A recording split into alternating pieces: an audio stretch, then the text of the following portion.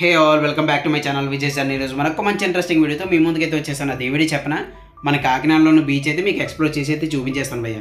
2 beaches అయితే ఉంటాయి. ఒకటి ఇక్కడ ఉంటుంది, నెక్స్ట్ వేరైతే కొంచెం ముందుకు వెళ్ళిపోతే అక్కడ బీచ్ ఉంటుంది.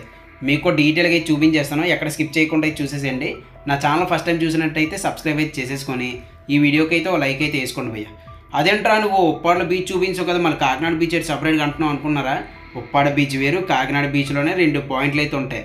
ఫస్ట్ ఇప్పుడు మనం చూస్తున్నాం కదా, అదొక పాయింట్. నెక్స్ట్ ఇంకో పాయింట్కి అయితే కొద్దిగా ముందుకు వెళ్ళిపోతే జస్ట్ 1 కిలోమీటర్ అలా వెళ్ళిపోతే ఇంకో పాయింట్ కూడా వచ్చేస్తుంది. అది కూడా మీకు ఈ వీడియోలో చూపించేస్తాను. చూద్దాం మన కాకినాడ బీచ్లో అసలు ఎలా ఉంది. కాకినాడ బీచ్ అంతా మొత్తం అంతా కవర్ చేసేద్దాం. బాబు ఇది నడ్డానికి అయితే చాలా దూరంగా ఉంది భయ్యా. ఇదే కానీ చెన్నైలో అయితే ఇంకా దారుణంగా ఉంటుందంట.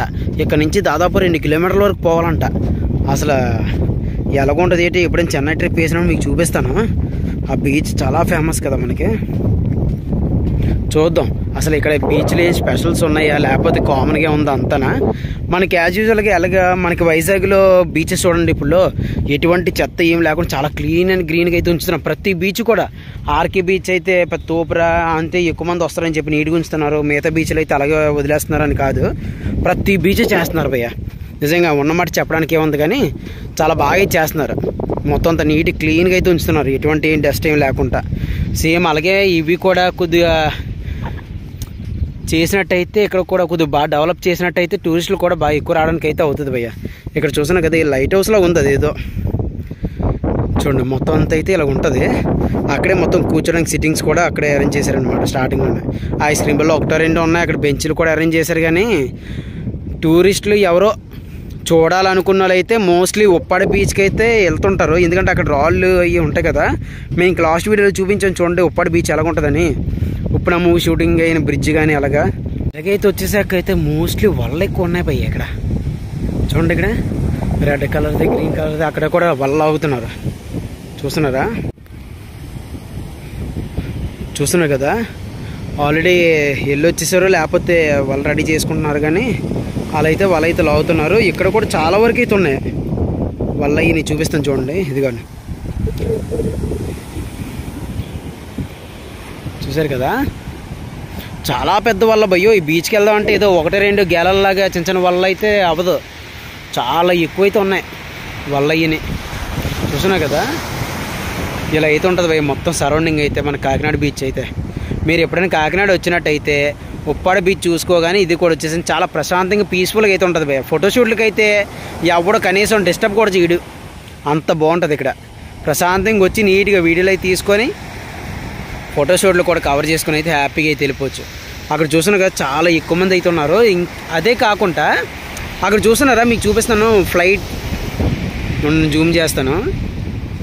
అది ఫ్లైట్ కనిపిస్తుంది కదా, ఆ ఫ్లైట్ దగ్గర కూడా వెళ్ళిపోదాం. అదేంటనుకున్నారు, కాకినాడ బీచ్ పార్క్ అనమాట. అక్కడ పార్క్ ఉండి దానికి ఆపోజిట్లోనే బ్రిడ్జ్ కూడా ఉంటుంది, అలాగే గ్లాస్ బ్రిడ్జ్ కూడా ఉంటుంది అక్కడ. మీకు అది కూడా అయితే చూపిస్తాను ఎలా ఉంటుంది ఏంటో కూడా.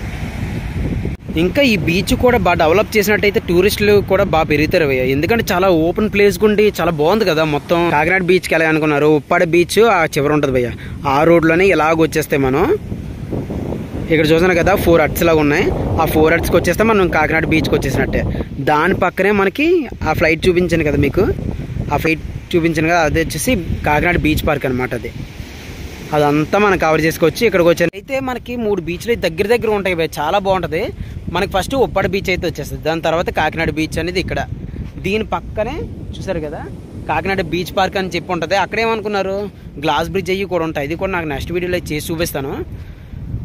మీరు కూడా ఎక్కడ మిస్ అవ్వకుండా అయితే చూసేసండి నా విజయ్ సార్ యూట్యూబ్ ఛానల్లో. నట్స్ అని చెప్పి ఇలా సర్కిల్గా కూర్చొని కామ్గా అన్నీ చూసుకొని వెళ్ళిపోవడమే. ఇలాగే దగ్గర 4 ఉన్నాయి అంతే. అటేపు ఒక 2 ఉన్నాయి, ఇటేపు ఒక 2.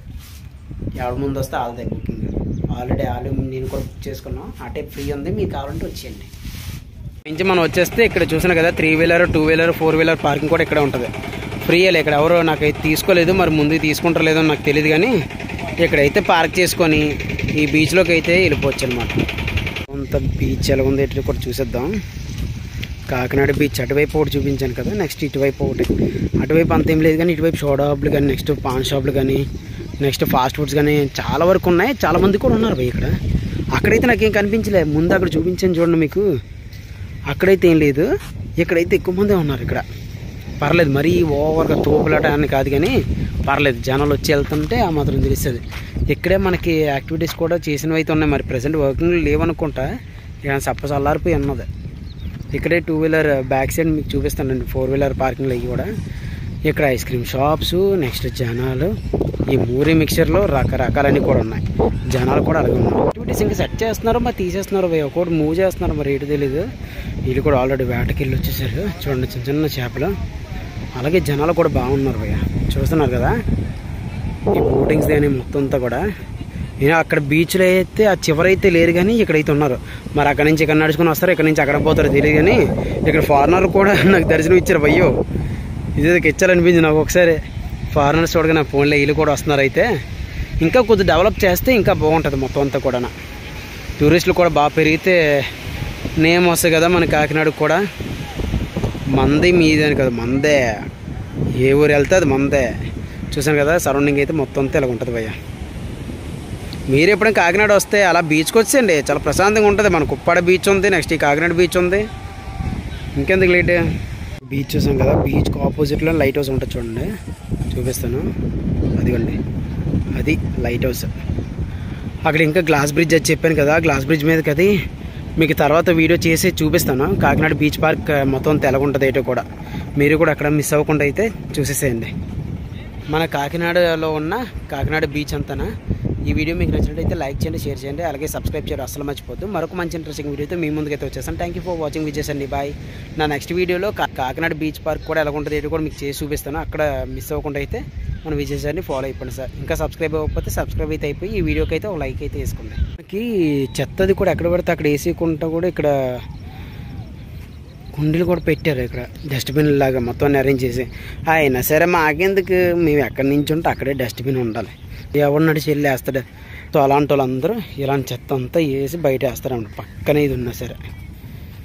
అందుకే దాని మీద కూడా రాస్తుంటారు యూజ్ మీ అని చెప్పి. డస్ట్బిన్స్ మీద కూడా నన్ను యూజ్ చేయండిరా బాబు, బయట చెత్త అంతా వేయకుంటానని చెప్పి. అయినా మనకు అలా ఏముండదు, మనకి ఎక్కడ ఉంటే అక్కడ వేసినమే చెత్తదిని. మళ్ళీ ఎవడ 2 అడుగులు ఎవడేస్తాడు. బీచ్కి అయితే 2-3 కిలోమీటర్లు నడుస్తాం. ఏదైనా సినిమాలకు వెళ్ళాలన్నా, బయట పార్కులకి వెళ్ళాలన్నా. ఇక డస్ట్బిన్ వరకు ఎవడు ఇస్తారమ్మా, మేము నడం అన్నట్టయితే మన తీరు ఉంటుంది. మోస్ట్లీ వీలున్నంత వరకు అయితే క్లీన్గా ఉంచుదామని చూద్దాం భయ్య. క్లీనించుకోవడానికి అంతా గవర్నమెంట్ చేయాలంటే అవ్వదు, మనకు మనం చేసుకుంటేనే నీట్గా ఉంటుంది. ఎప్పటికైనా మనవంతు మనం చేద్దాం, వాళ్ళంతా వాళ్ళు చేస్తారు.